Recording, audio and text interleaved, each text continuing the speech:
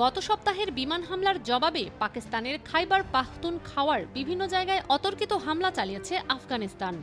বৃহস্পতিবার রাতে চালানো এই হামলার পর পাকিস্তানের কিছু সেনাকে জীবিত অবস্থায় ধরে নিয়ে গেছে তারা। এছাড়া অসংখ্য সেনাকে হত্যা করেছে।